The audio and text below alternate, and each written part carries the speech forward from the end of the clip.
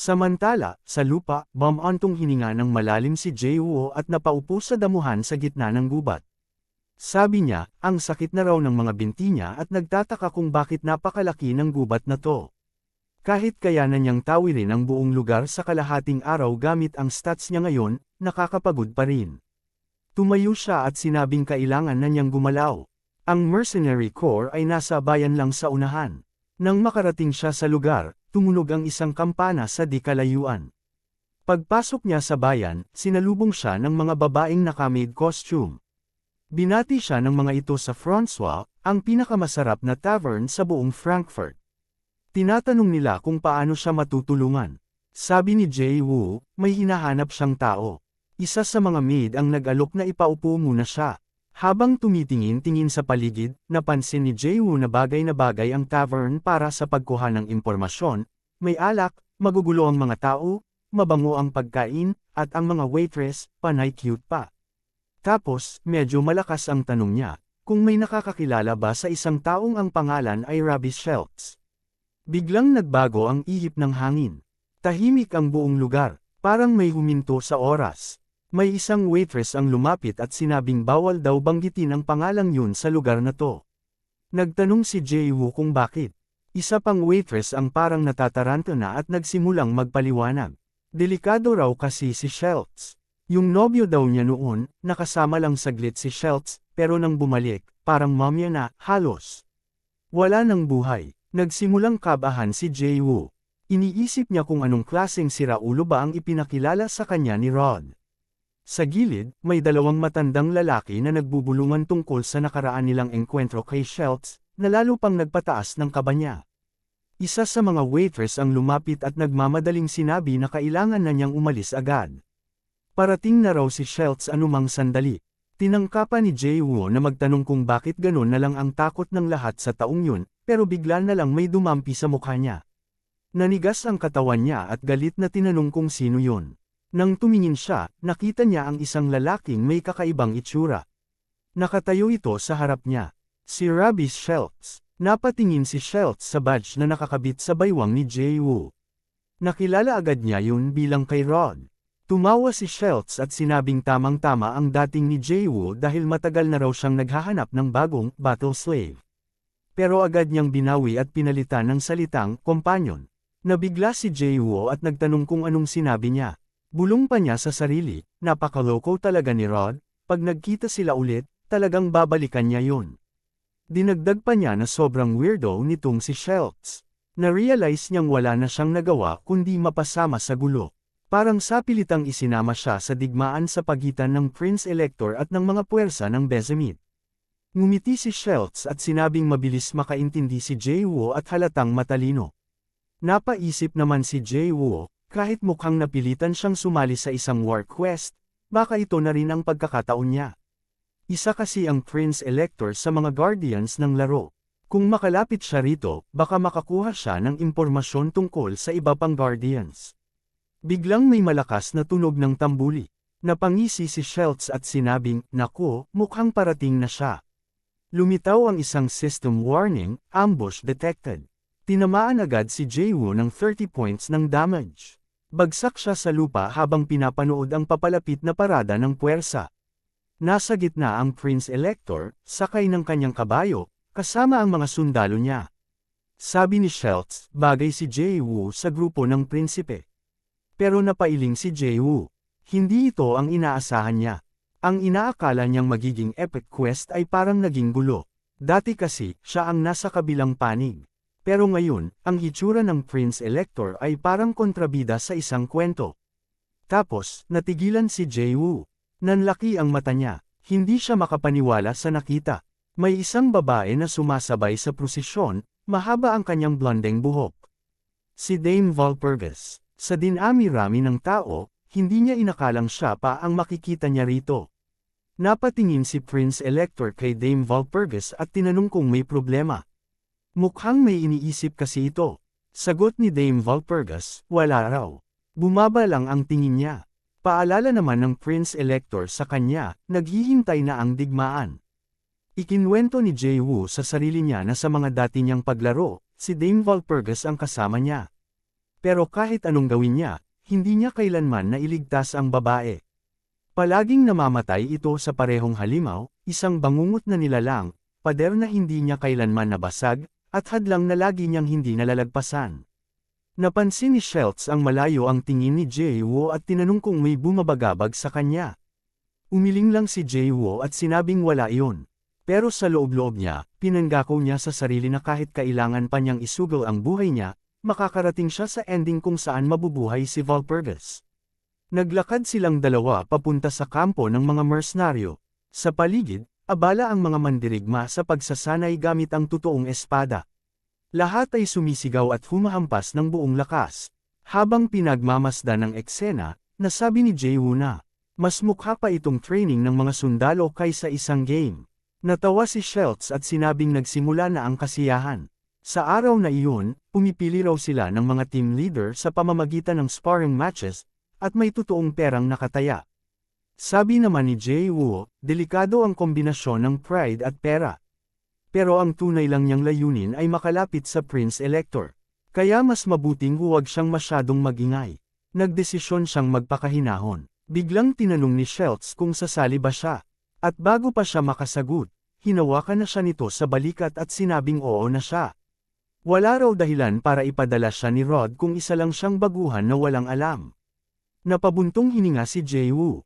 Reklamo niya, bakit parang wala siyang boses sa mga desisyong ganito. Sumigaw bigla si Schultz sa buong training yard, tinatanong kung may gustong sumubok sa bagong recruit. Agad na nag-ingay ang mga mersenaryo, sabik na lumaban sa fresh meat. Napaisip si Jae-woo, mukhang wala na siyang takas. Pero naisip din niyang ito na rin ang pagkakataong ipakita ang lakas niya, lalo na bago pa siya humarap sa Prince Elector. Nagtipon ang mga tao. Lumapit ang isang sundalo na nagpakilalang Max. Sabi nito, ikinagagalak siyang makilala si Jae-woo, pero nagtaka rin kung bakit parang ang payat niya, parang isang patpat. Mahinang bulong ni Jae-woo, ang tanging maingay daw ay ang t-shirt ni Max. Dagdag pa niya, kung sa online lang to, siguradong libo-libo ang likes ng katawan niya. Tinanong ni Schultz kung handa na ang magkabilang panig. Nang pareho silang tumango, nagsimula ang laban. Sumugod agad si Max, sumisigaw habang kumakampay ng espada. Pero sa isang iglap, nakabulagta siya. Isang tama lang mula kay Jae-woo, at bagsak agad. Nagulat ang mga nanunood. Napahinto sila sa gulat. Si Jae-woo naman ay agad nakakuha ng 15 fame. Nagtanong ang ilan kung anong nangyari. Paliwanag ni Jae-woo, normal lang daw iyon. Simula nang kumain siya ng red dragon fruits, halos kasing lakas na raw siya ng isang ogre. Hindi naniwala ang iba at gustong subukan mismo. Gustong lahat ay lumaban sa kanya. Napabuntong hininga si Jae-woo. Sabi niya, isa-isa lang. Gamit ang intermediate swordsmanship, natalo niya ang sumunod na kalaban at muling nakakuha ng 15 fame. Tinulungan niyang itali ang isa, habang ang isa na may nawala ng malay sa tinamong headbutt niya. Lumapit naman ang isang lalaking kalbo. Sabi nito, nakakabaliw na raw ang laban at napapahiya na ang iba. Ipinakilala niya ang sarili bilang Charlotte. Kahit pambabae ang pangalan, ang katawan niya ay parang isang bodybuilder na propesyonal. Napatingin si Jae-woo kay Charlotte at napabulong sa sarili kung tao pa ba talaga ang kaharap niya. Pakiramdam niya ay sobra na ito at naisip niyang mag-log out na lang sana. Pero agad niyang naalala na hindi siya makaka-log out. Sinabi niya sa sarili na kailangan niya ng pahinga, pero bigla na lang tumalon si Charlotte papunta sa kanya nang walang paabi. Napamura si Jae-woo sa isip niya at sinabing talagang napakasama ng tadhana. Dahil wala na siyang choice, haharapin na lang daw niya ito ng maayos. Agad niyang hinawakan si Charlotte sa braso at sa kwelyo, at gamit ang isang perpektong judo throw, ibinagsak niya ang dambuhalang kalaban sa semento. Sa isang iglap, bumagsak si Charlotte at hindi na muling tumayo. Nakatanggap si Jae-woo ng 30 fame. Komento niya, sobrang bigat daw talaga ng lalaking iyon. Hindi makapaniwala ang mga mercenaryong nanunood. Si Charlotte, talo. Imposible raw. Si Schultz naman ay bigla na lang namula, at hindi malinaw kung bakit. Nilapitan ng ibang sundalo si Jae-woo at tinawag siyang halimaw dahil tinalo niya si Charlotte. Sabi pa nila, kahit payat siya sa paningin, halatang panglaban ang katawan niya. Lalo silang ginanahan at gusto siyang subukan. Sumingit si Schultz sa gitna ng nagkakagulong tao at inutusan silang lumayo. Tumawa siya ng medyo baliw ang itsura. Akala ni Jae-woo, baka naman papakitaan siya ni Schultz ng respeto bilang apprentice ni Rod at palalagpasin na lang siya. Pero taliwas sa inaasahan, biglang idineklara ni Schultz na si Jae-woo na raw ang napili. Simula raw ngayon, siya na ang bagong leader ng grupo para sa paparating na labanan. Natigilan si Jae-woo. Tahimik siyang napaisip sa lahat ng maling desisyon sa buhay niya. Samantala, naghiyawan na ang mga mercenaryo. Nagmamadali silang magsuot ng armor, abala sa paghahanda. Habang pinagmamasdan niya ang gulo sa paligid, natanong ni Jae-woo sa sarili kung anong klaseng sakuna ba ang pinasok niya. Biglang lumitaw ang notification ng system, quest complete, sumali sa Mercenary Guild. May bagong quest na naman, bawiin ang Halfheim Hill. Nag-cut ang eksena. Magsisimula na ang totoong laban. Sumigaw si Schultz na umatake na sila, at buong unit ay sabay-sabay na tumakbo. May hawak na mga sandata, papunta sa paparating na hukbo ng mga halimaw. Kasama si Jae-woo sa mga tumatakbo. Sa isang iglap, naputol niya ang leeg ng isang kalaban. Ikinwento niya na sa ngayon, kakampi muna nila ang puwersa ng Prince Elector. Kasalukuyan silang nakikipaglaban sa hukbo ng mga orc ng Demon King. Simple lang ang misyon nila, agawin ang bandila ng kalaban, ang simbolo ng utos ng kanilang commander. Plano nilang batasin ang unahan ng kaaway, at habang nagkakagulo, puwersahang sumingit sa mga butas para guluhin ang pormasayon. Pero hindi basta-basta ang mga orc na ito. Sila ang pinaka-brutal, walang awa, at pinaka-organisadong hukbo sa buong kontinente. At bilang bagong leader, si Jae-woo ang may responsibilidad na pigilan sila. Dalawang orc ang sabay na sumugod sa kanya. Mabilis niyang iniwasan ang mga atake ng mga ito, paikot-ikot sa pagitan ng mga espada. Napamura siya sa isip. Bakit daw ba siya ang may ganitong trabaho? Napaka-absurdo. Plano lang naman niya noon ay makakuha ng konting military merits at tahimik na umalis. Samantala, sa kampo ng mga orc, isang scout ang nag-ulat sa commander nila na bumabagsak na ang linya ng mga spearmen. Hindi makapaniwala ang orc commander. Aniya, imposible raw iyon, mga elite spearmen daw ang mga iyon. Agad niyang kinuha ang spyglass at sinilip ang nangyayari. Nung makita niya ang eksena, napatitig siya at napamura. Hindi siya makapaniwala sa nakikita niya, sina Charlotte at ang ibang mercenaries, winuwasak ang pormasayon ng mga orc.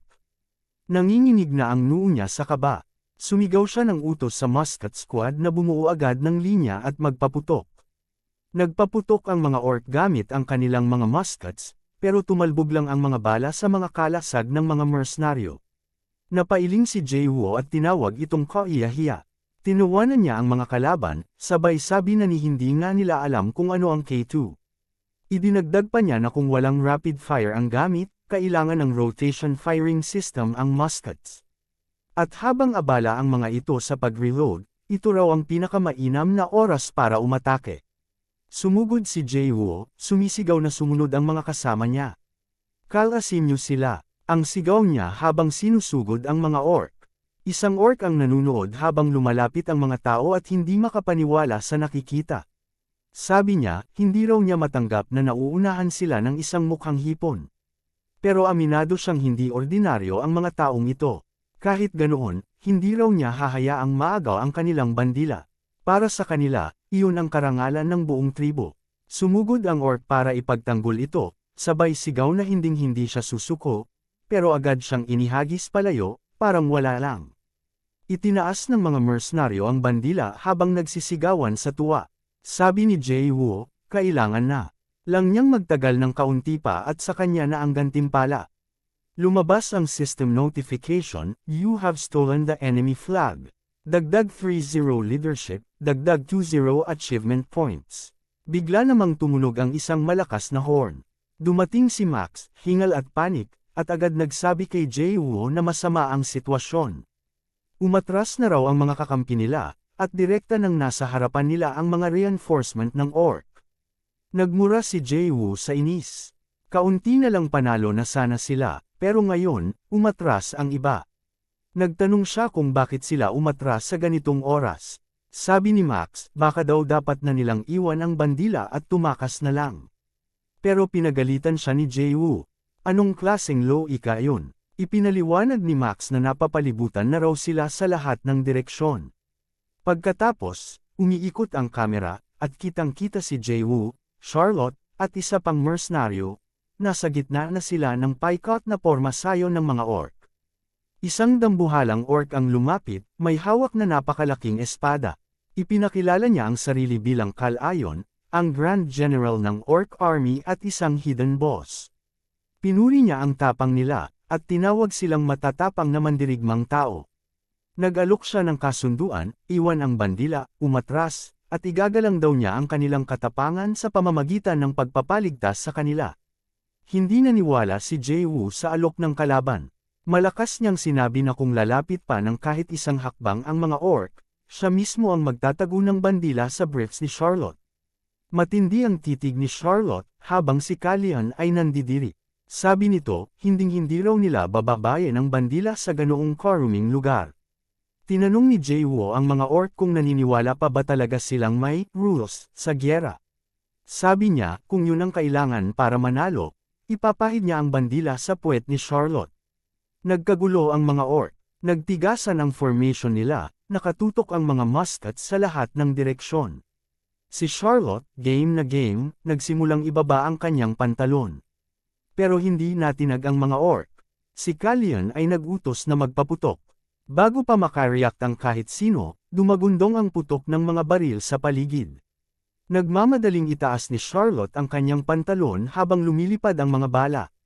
Napansin ni Jae-woo na hindi tulad ng mga nakaraang playthroughs, handa na ngayong sirain ng mga orc ang sarili nilang bandila. Ibig sabihin, mas malala ang sitwasyon ngayon. Mabilis niyang sinuri ang paligid at naramdaman kung gaano kapanganib ang sitwasyon. May ilan na sa kanyang mga kasama ang tinamaan ng ligaw na bala. Muling naisip niya na masyado pang maaga para lumabas ang Grand General. Alam niyang wala siyang laban dito, lalo na sa mababa pa niyang rank at fame. Natarante siya at hindi alam ang susunod na gagawin. Biglang bumalik sa isipan niya ang mga alaala, mga dating kasama, panalo, talo, at babala ni Aquila. Kapag namatay ka sa larong to, mamamatay ka rin sa totoong buhay. Napaisip siya kung ito na ba talaga ang panibagong mundo, lalo pat isang diyosa si Aquila. Kumirot ang dibdib niya. Sumigaw si Max, hinihingi ang susunod na utos dahil kung hindi raw ay mauubos silang lahat. Inamin ni Jae-woo na nakalimutan niya, at nagsimulang manginig. Pero bigla siyang tumawa ng malakas.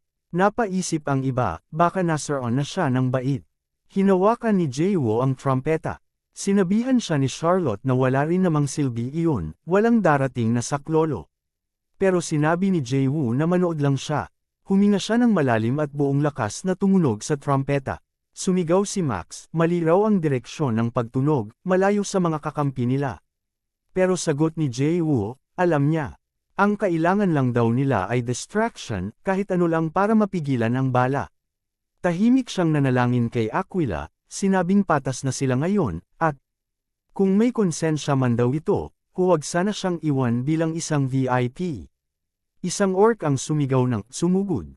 Sabay talon ng isa, may hawak na sibat, at diretsyong bumwelo kay Jae-woo. Habang lumalapit ang dulo ng sibat sa kanyang mukha, biglang may kumikinang sa ere. Huminto ang sibat sa ere.